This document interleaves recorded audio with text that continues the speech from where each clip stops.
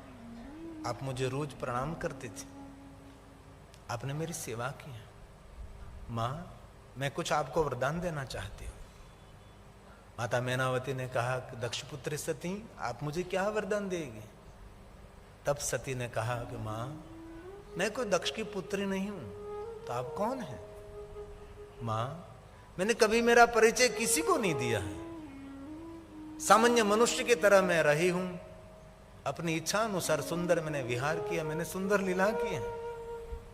मैंने मेरे जीवन में किसी को चमत्कार नहीं दिखाया, कोई चमत्कार की बातें मैंने नहीं की। और साधु पुरुष, विद्वान ज्ञानी पुरुष दूसरों को चमत्कार दिखाकर गुमराह नहीं करते। मां, मैं पहली बार आपको मेरा परिचय दे रही हूं। आप ऐसा मानते हैं कि मैं दक्ष की पुत्री हूं? नहीं नहीं मां, मैं साक्षात भवानी हूं। अद्भुत लीला करने के लिए मैं धरती पर आई हूं। आज मैं दक्ष की पुत्री नहीं, स्वयं भवानी आपको वरदान दे रही हूं। आप कुछ मेरे पास से मांगो मां। तब मां मैनावती ने कहा,